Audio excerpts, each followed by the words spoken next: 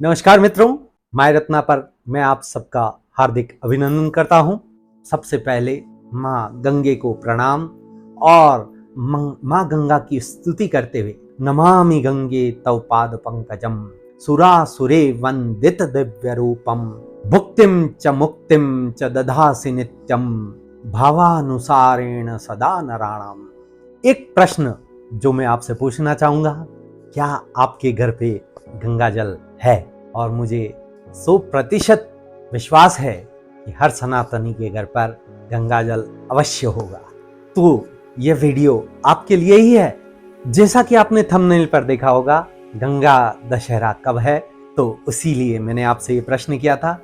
गंगा दशहरा हमारी प्रिय प्राणदायिनी मोक्षदायिनी गंगा, इसका शुभ दिन 5 जून 2025 ज्येष्ठ शुक्ल पक्ष दशमी, और इस दिन विश्व पर्यावरण दिवस भी है। तो इससे अच्छा दिन और क्या हो सकता था गंगा दशहरा मनाने के लिए। मित्रों, गंगा जिसको भगीरथी भी कहते हैं, जिसको मोक्ष प्रदायिनी भी कहते हैं, जिसको हरिहर प्रिया भी कहते हैं। हरिहर प्रिया यानी कि भगवान हरि नारायण एवं हर अर्थात भगवान शिव दोनों की प्रिय मोक्षदायिनी गंगा, स्वर्ग द्वार निवासिनी गंगा। माँ गंगे का नाम भगीरथी क्यों पड़ा?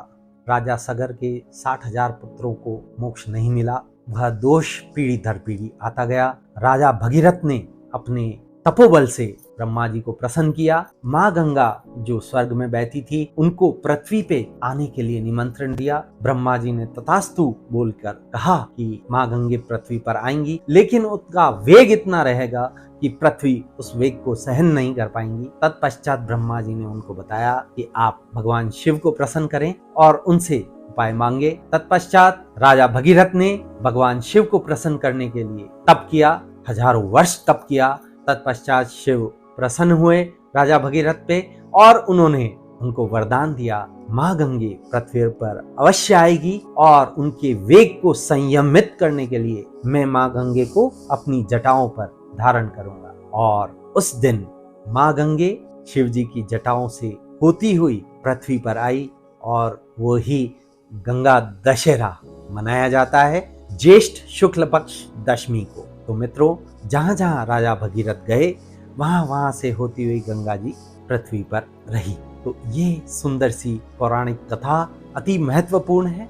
मित्रों, जैसा कि साइंस ने भी यह प्रूव किया है कि गंगा जल अति पवित्र है और उसमें कीटाणु रहित है और ये आपके शरीर के मेटाबॉलिज्म के लिए बहुत ही महत्वपूर्ण है। तो मित्रों, हमारे ऋषि जो रिसर्चर हुआ करते थे, जो ये बताते थे कि क्या चीज सही है और क्या चीज सही नहीं है अपने सनातन जीवन जीने के लिए, और वो आज इस युग में भी जिसमें साइंस को प्राथमिकता दी जाती है, वह भी इस सनातन धर्म जीवन जीने की कला को चैलेंज नहीं कर पाई है और वो सूत्र आज भी प्रमाणित होते हैं।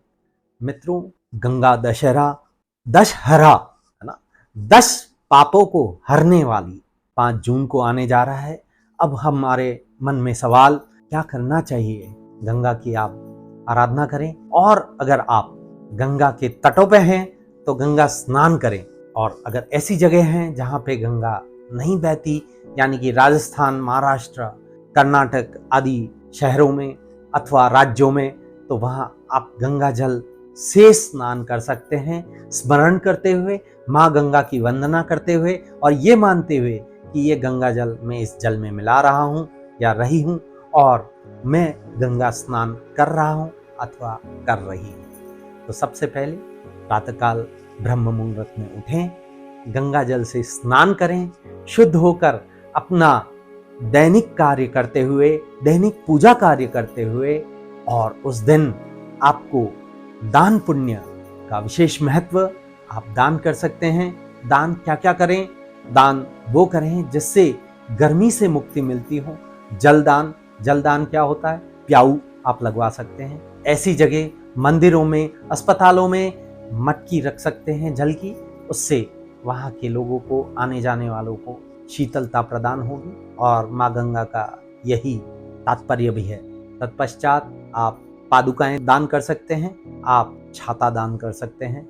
ये सब चीजें आप दान करके माँ गंगा का आशीर्वाद प्राप्त कर सकते हैं। और जैसा कि मैंने आपको बताया, पुण्य प्राप्त करने के लिए आप दान कर सकते हैं। आपके गंगा स्नान करने से 10 पापों का नाश होता है और इसको 3 अलग अलग विभाजित किया गया है, कायिक, मानसिक और वाचिक, जिसमें कायिक और मानसिक 3 और वाचिक 4 रहते हैं। जैसे माँ गंगा अवतरित हुई शिव जी की जटाओं पे, क्योंकि सीधी पृथ्वी पर उनका वेग सहन नहीं कर सकता था, वैसे ही विचारों के वेग को शांत करने के लिए आप रत्न धारण कर सकते हैं। और विचारों को संयमित करने के लिए आप मोती से अच्छा रत्न हो नहीं सकता, आप मोती रत्न इस शुभ अवसर पर धारण कर सकते हैं।